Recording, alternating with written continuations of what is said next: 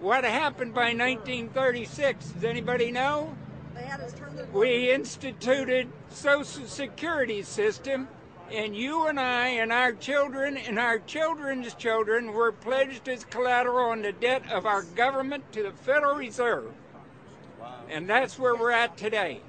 It took 20 years to make this country bankrupt, and since then, our government has operated under emergency powers of our government. It is not the president that makes the decision in this country. It's the Secretary of Treasury who turns around and is put in there by the Federal Reserve to manage the bankruptcy.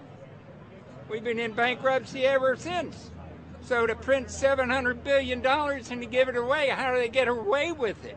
The manager of the bankruptcy is told by the Federal Reserve this is the way to go. That's where we're at today. Yes, we should point out, Congressman Ron Paul now has a huge amount of sponsors for a bill in the House of Representatives to abolish the private Federal Reserve crime syndicate. In 1913, the money power of the country was taken away from the people. By constitutional privilege, it belongs with the Congress, but it was given up in the Federal Reserve Act. The Federal Reserve is no more federal than Federal Express, but yet it has the power to determine the direction of use of money in our economy. If we could take that power back and put the Federal Reserve under Treasury, we start to be in a position of being able to control monetary policy on behalf of the United States people. The Federal Reserve is totally private, and Alan Greenspan 2 weeks ago on PBS on Lair NewsHour said on record that they are above the law, the Congress, the President, everyone. No court can do anything. We run America. What is the proper relationship, what should be the proper relationship between a chairman of the Fed and a president of the United States? Well, first of all, the Federal Reserve is an independent agency, and that means basically that there is no other agency of government which can overrule actions that we take. So long as that is in place and there is no evidence that the administration or the Congress or anybody else is requesting that we do things other than what we think is the appropriate thing, then what the relationships are don't frankly matter. Notice what Greenspan is saying. Greenspan is saying the Federal Reserve is beyond the law. And in reality, they are in practice beyond the law. Nobody, as far as I know, has ever audited the Federal Reserve. One of the first things we ought to do when we nationalize the Fed is go in there and find out the audit. Who stole money? Who engaged in corruption? There's a whole series of people going back to Volcker, to Greenspan, to Bernanke, and so forth. Think of the arrogance of private group of banks that have bankrupted the nation by design so they can repo the country. A private group of banks that loaned us our own money back are telling us they're above the law. You are not above the law, criminals. No one is above the law. No one is above the law, and the private Federal Reserve sure as hell isn't either. Since the founding of the Federal Reserve back under Woodrow Wilson, the Federal Reserve has struck out 3 times. They didn't stop the crash of 1929. They didn't stop the banking panic of 1932, 1933. And now they are the cause of the derivatives crisis because they're the ones who inflicted derivatives on the world with Alan Greenspan. Instead of our economy being about goods and services and real products and manufacturing, it's all about these guys, the private Federal Reserve that masquerades as a government entity who controls the issuance of currency and credit. They're the ones that have cut off the liquidity in the market. They told us have a debt-based economy. Then they cut it off once they get us under their thumb and implode the economy so they can consolidate it. And that's what they're doing right now. I mean, it's in their own documents. It's in their own statements. They claim, give us unlimited power, give us trillions of dollars with the Baker bailout bill that's already $5 trillion, not $850 billion as they say. And we'll get the economy going, but they're hoarding the money and buying up other banks that aren't part of the Federal Reserve, buying up insurance companies, buying up roads, infrastructures, media empires, defense contractors. What the banks do is they implode an economy by cutting off credit. And then once things really fall to a low, and they know the low because then they buy everything up and start then putting more money back into the economy, and then they build it back up. So they build us up and then shear us, build us up and shear us. And they're getting ready. All over the world, they're always shearing some country, imploding it. Comes out in their own IMF and World Bank documents. That's just the foreign arm of the same cartel.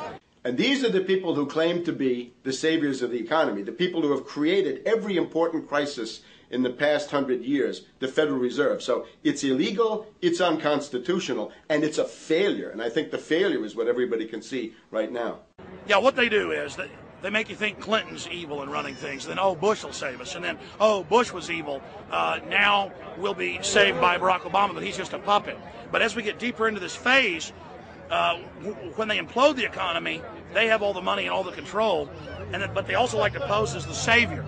So Obama is meant to be the savior during the Depression, and he'll save us with a 1 million person, he said, is bigger than our military, domestic spy force, a 3 million person environmental spy force. So giving people these jobs to be government bureaucrats and spies to go out and manage the other 290-something million Americans. And so this is classical fascism. The communists also do it. Any vertically integrated command and control authoritarian system does this. So they're openly following what the same group of banks did in Germany, Russia. It's in the Communist Manifesto to have a private central bank, because the private central bankers actually wrote the ideas that they had Marx and Engels put out. People go, well, why would the banks want communism? It doesn't exist. They rape us, they consolidate us, they put us into work brigades, they make us slaves, and they say it's a people's paradise. Look at it, boy, you're really doing good. And then they transfer all the wealth of the nation offshore. The globalists are outside all the nations. That gives them safety, and they play countries off against each other. And so that's what we're facing and dealing with. And so they're bringing in classical, hardcore tyranny in the U.S., but we have the internet. We've grown our numbers. The alternative media has exploded. That's what they're trying to move in, to shut down and regulate and tax the web, but it's too late for them. They're playing in the 19th century, 20th century rules. It's 21st century, the century of resistance to tyranny. And so it's going to be one hell of a fight with the people and free humanity on one side and the New World Order on the other. And every one of you out there counts, needs to be involved in this fight like nothing you've been involved with before, because this is life and death. Everything depends on exposing these people. Everything depends on showing the people that this is the New World Order, this is the criminals. We're dealing with the king rats here, the people that are carrying out tyranny worldwide. And either they fall or we fall. Either worldwide darkness and a new age of tyranny and oppression and with a scientific overlay, or a new age of liberty and freedom and a new renaissance. The choice is the people's out there. Okay, we can tell you what's going on. You can check it out for yourself and find out it's true. But don't wait. Investigate now. Get involved now. Go out there and reach out now. We don't have time. If you're looking for the solution, look in the mirror. Look right into the mirror, because you out there, men, women, old, young, black, white, doesn't matter. It's going to be up to you if they win or if liberty succeeds and the people have a chance of having any future. These are cold-blooded eugenicists. These are cold-blooded people who think they're God, think that they're our masters, that think that we're animals. These are the guys that funded Lenin and Stalin and Hitler and Mao. These are the guys, it's all on record, that bankroll this stuff. They are hardcore vicious, and they must be resisted. Up until about the Kennedy assassination and the beginning of the war in Vietnam, the United States is a very powerful engine for world progress. It's the assassinations, the Kennedy assassination, and the others in the 1960s, the beginning of the Vietnam War, and the beginning of the absolute domination of the Wall Street group over every other interest. Nobody else counts except the Wall Street money masters. That has now made the United States into no longer a force for progress, but something very different, often a force for destruction in the world. That doesn't need to remain that way. The interest of the American people is to fight to take your government back from Wall Street and make the United States a force for progress in the world, which we easily could do if we could just break the power of the people behind Obama. The main banks of Europe, which were started by Adam Weishaupt and Rothschild, the Banque Nationale de Paris, the Bank of England, the Bank of Italy, have all financed the messianic and war leaders of the last 200 years. Napoleon, Lenin,